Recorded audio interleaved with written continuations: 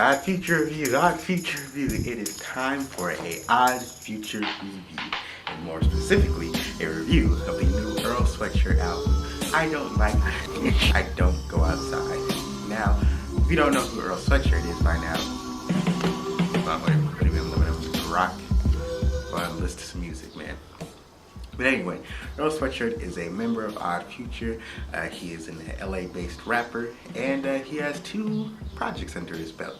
One being his Earl mixtape, and the other one being Doors. Now, Earl Sweatshirt has been around for a while, but a little bit after the release of his first mixtape, he was actually sent away to a boys' home, and for a while, actually wasn't really with Odd Future for a while. But eventually from that, he would come back, and then his first appearance back would be his verse on Oldie.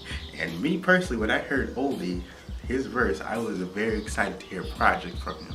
And then he came out with Doors, and Doors was a darn good album. I enjoyed it very much. And if you know me, then you know that Earl is my favorite member from Odd Future. So when finding out that there was going to be a new Earl project coming out with such little time to prepare for it, I was actually very excited. And especially after hearing the music video that he dropped for Grief, I was even more excited to see. So I was like, alright, we got something good coming here. Now, I know what you're probably thinking. Doja, aren't you kind of late for making this review? And to that I say, okay, you knew that. Yeah, I'm a little late to this review. So what? Honestly, I feel I'm pretty glad that I am late to this review because it gave me more time to sit and enjoy the album.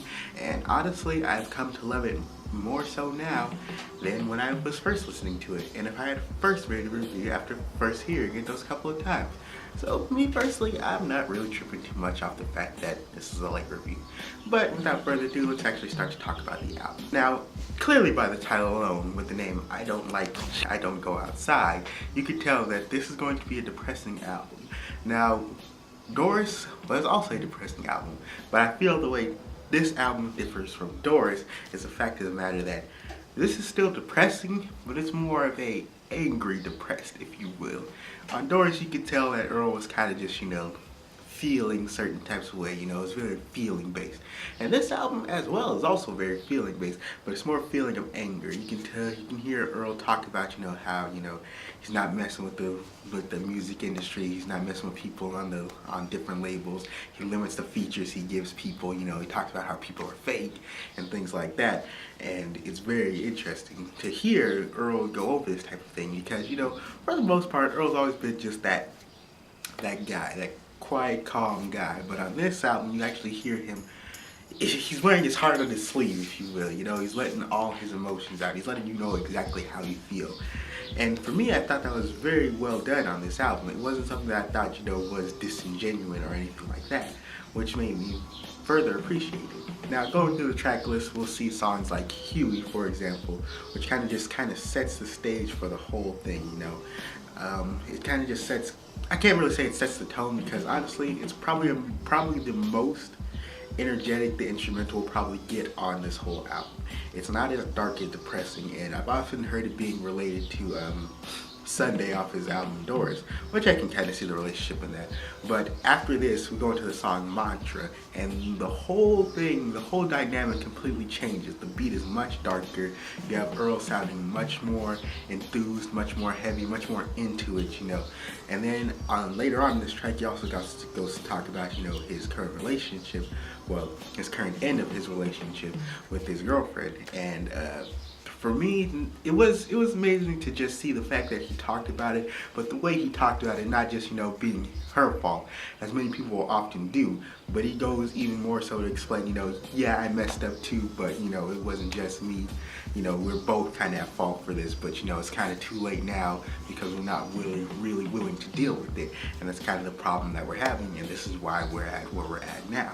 So for me, I was just like, for me, I felt that the ability to kind of display these types of thoughts and feelings and not only be able to do it in a very well way. And for me, I just thought Earl was at, kind of like at the peak of his, aggression in this, He starts off, I'm gonna show you how it's done right.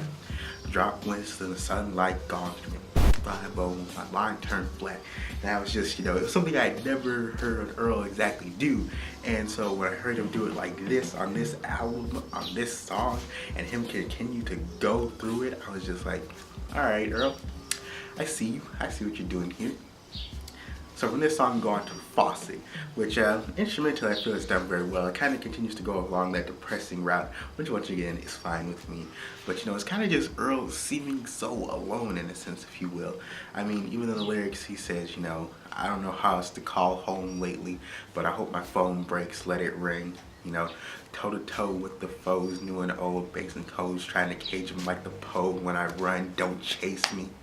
Silent so the funds don't faze me.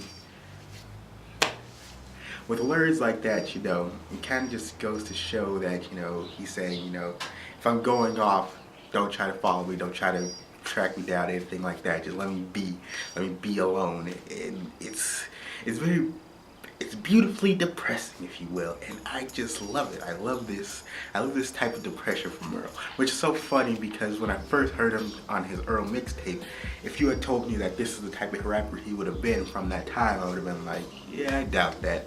But the way Earl goes over depressing types of instrumentals is done so very well, to the point where you don't get necessarily depressed, but you kind of get this feeling of enjoyment from it, if you will, that is sick in any way, shape, or fashion.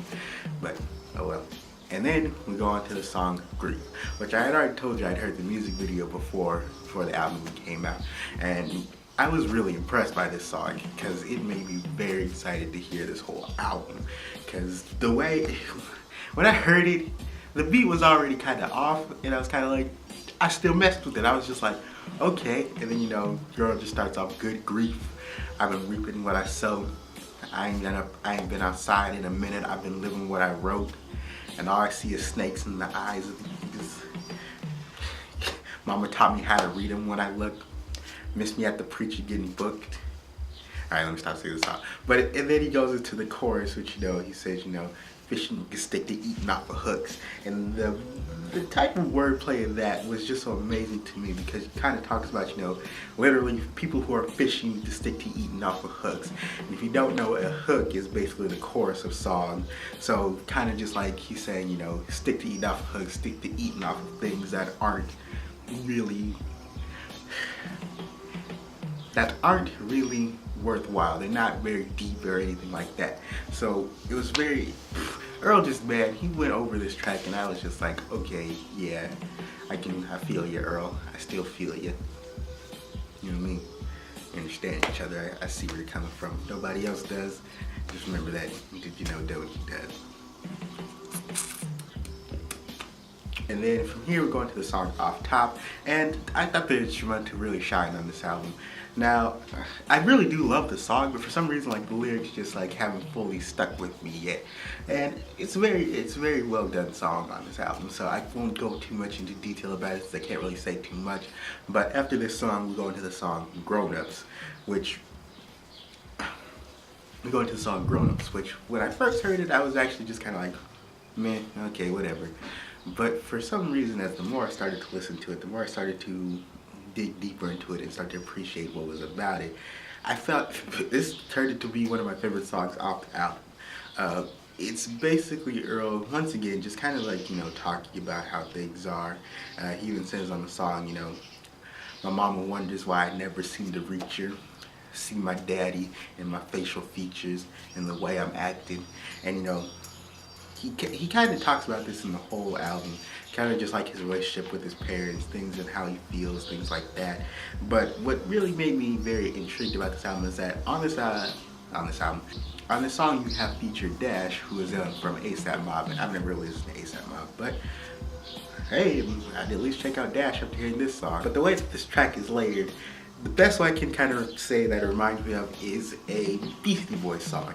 The fact of the matter that they're not just, here's my verse, here's your verse, here's my verse again.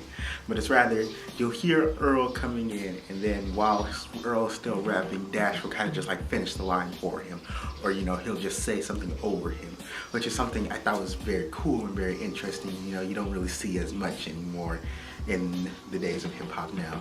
And also it's very interesting because Dash and Earl, for the first time I listened to it, I was just like, I thought there was some guy featured on here because I didn't even notice that, you know, Earl's vocals had dropped out in certain parts of the song.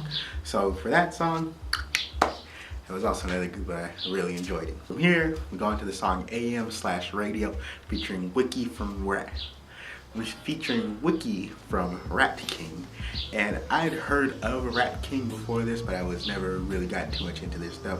But after hearing this song, you know, maybe I'll give it a try, because, you know, Wiki, I thought, did a very amazing job on his verse. Now, some people might say, yeah, he didn't drop any like amazing lines, but sometimes they're not necessarily what you rhyme about.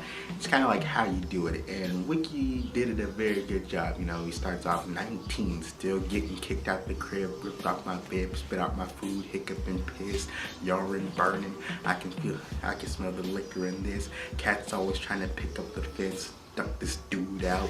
And I thought Wiki did a pretty good job on that verse. You know, of course Earl did a good job too. You know, he talks about how he skated before he rapped, and he kind of just goes on to say, you know, basically, if anybody out there has Supreme, we're the reason you copped it.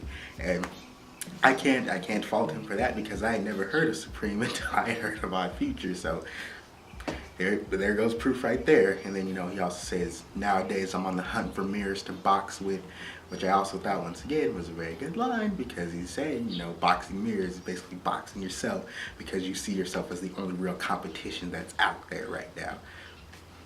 Hey, that's on. Then there was another line on this. He said, you know, I got to go because I don't do the crying, bro. She's Mario. I'm trying to keep the whining to a minimum. And when I heard that, when I heard that part, I was like, is he making a reference to Yoshi's Island? Because if you know Yoshi's Island, you know that, you know, you got baby Mario, and if you get hit while you're carrying him, then, you know, Mario flies off and he starts to cry. So I was just like, that's a reference to Baby Mario. Hey, man, Earl, good job playing those games. Take me back to those SNES days. Yeah. And from here we go on to Inside, and it's kind of just Earl talking about, you know, I feel it's basically when he first got back, you know. He said, I think he said from out of the island into the heart of the city. That's how it starts off, and he said, you know, T was on the road, I had Sage knocking him with me. So I think it's kind of just, you know, him talking about, you know, just being back and how things are for him once he got back from there. So once again, Inside is one of those tracks that I did like, but it still hasn't fully resonated with me. So yeah, but it was a very good song. I liked it. I very much enjoyed it. From there, we're going to the song DNA, and once again, it's one of those songs that I first heard that I was just like, man, it's alright, whatever. But Earl is rapping on a type of flow that I have never heard him rap on before. It's kind of like this. If I can remember any of the lyrics, I would do it for you, but I can't remember any. But he just goes, you know, it's just like feet aimed at the teeth of the running mouth, and I was just like, you know, whoa, like Earl is kind of like, he's spitting on it. He's spitting. What can I say to you? He is spitting on this track, and I was feeling it.